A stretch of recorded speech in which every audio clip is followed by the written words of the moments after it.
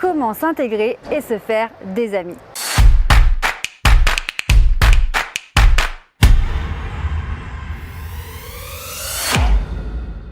Dans cette vidéo, on va apprendre des techniques très puissantes pour facilement s'intégrer à un groupe ou créer de nouvelles relations.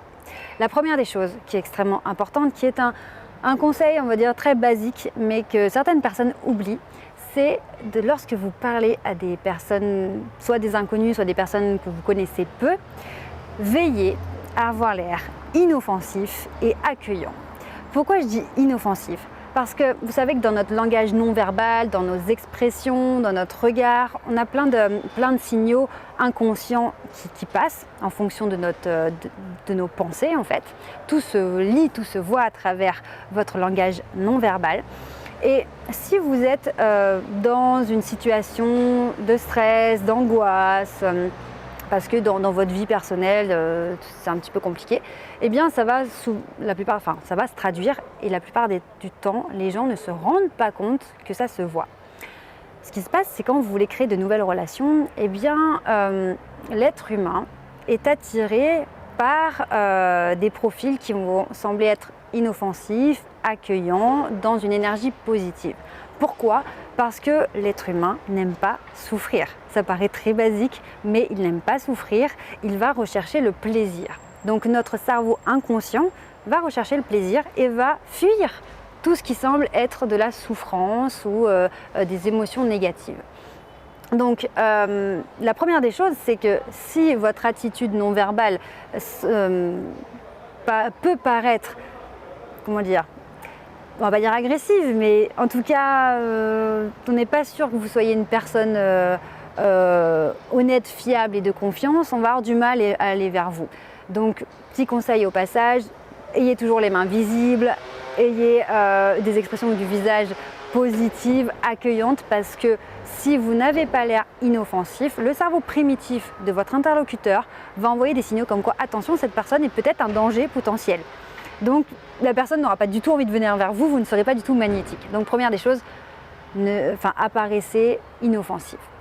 Quand je vous disais que le cerveau cherche le plaisir, si vous avez un langage non verbal et une expression de souffrance, d'émotions négatives, vraiment de côté pas content, frustré, ça ne va pas non plus attirer les personnes vers vous parce que inconsciemment les gens ne s'en rendent même pas compte en fait, ils ne savent même pas pourquoi ils sont attirés par certaines personnes et repoussés par d'autres. C'est que le cerveau, lui, il analyse sur un plan inconscient que vous avez des problèmes ou que vous êtes dans un mood vraiment frustré, négatif. Donc le cerveau fuyant la souffrance et recherchant le plaisir ne va pas être attiré par votre personnalité, votre profil. Donc vraiment la première des choses, si vous voulez créer de nouvelles relations, même si vous n'êtes pas dans une situation facile, etc., attention à votre communication, comment vous êtes de l'extérieur, parce que ça peut vraiment être repoussant alors que vous pourriez être une personne superbe avec vraiment de la bienveillance et du cœur et un bon fond, mais malheureusement vos soucis personnels vont ressortir à l'extérieur et faire fuir les gens alors que c'est pas du tout votre nature profonde. Donc je sais que c'est un peu difficile parce qu'il y a ce côté, on en parle dans une autre vidéo sur cette chaîne sur le mensonge social, donc le mensonge pieux qui est ces petits mensonges pour arranger les interactions avec les autres. Là c'est un peu le même sujet finalement, c'est même si moi je ne vais pas bien à l'intérieur, si mon objectif c'est d'avoir de nouveaux amis, de créer des relations, attention à ce que ces difficultés internes ne ressortent pas à l'extérieur, sinon le cerveau recherchant le plaisir va vous fuir. Donc attention, est-ce que j'ai l'air accueillant, inoffensif, sympa comme ça sur une première impression de premier abord? La deuxième chose, lorsque vous commencez à interagir avec de nouvelles personnes, que vous êtes dans l'amorce d'une relation, c'est très important de ne pas être lourdingue. Lourdingue dans le sens où il va falloir équilibrer les messages, les propositions de sortie, les propositions, voilà, tiens, on se voit, etc. Si vous envoyez 10 messages quand la personne en envoie un seul, ou que vous répondez dans les quelques secondes quand la personne met une journée entière à vous répondre, il y a un déséquilibre qui se crée.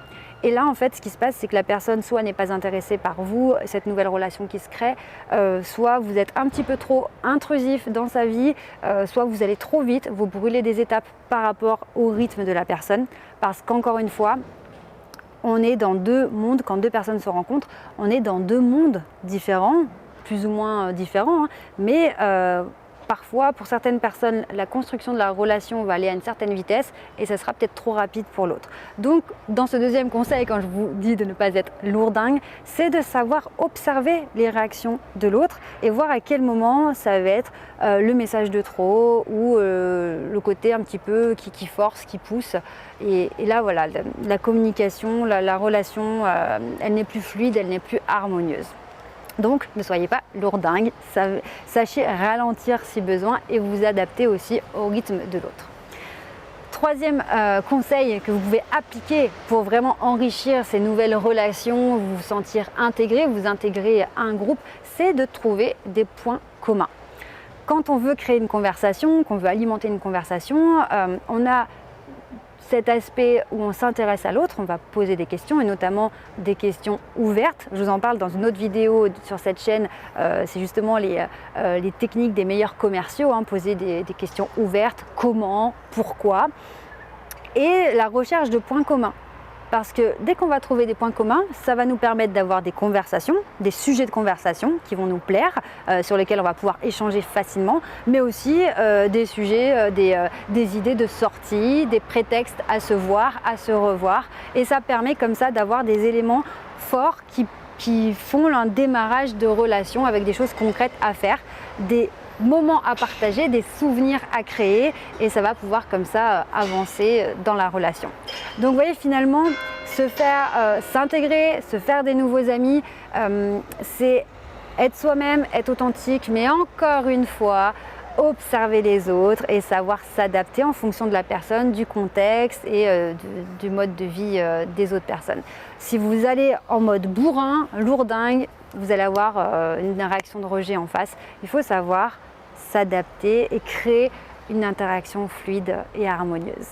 J'espère que ces conseils pourront vous aider, que vous pourrez facilement vous intégrer si vous déménagez, vous avez un nouveau boulot. En tout cas, tenez bon, vous allez prendre confiance en vous et pouvoir avoir des relations intéressantes, constructives et vous sentir de mieux en mieux. En tout cas, c'est vraiment mon but dans les vidéos que je vous partage sur ma chaîne. C'est vraiment mon but, c'est que vous vous sentiez mieux, que vous soyez bien dans vos baskets, que vous soyez épanoui, sans stress et que vous puissiez avancer vers vos objectifs avec bonheur et plaisir. Prenez bien soin de vous, je vous dis à très bientôt. Ciao!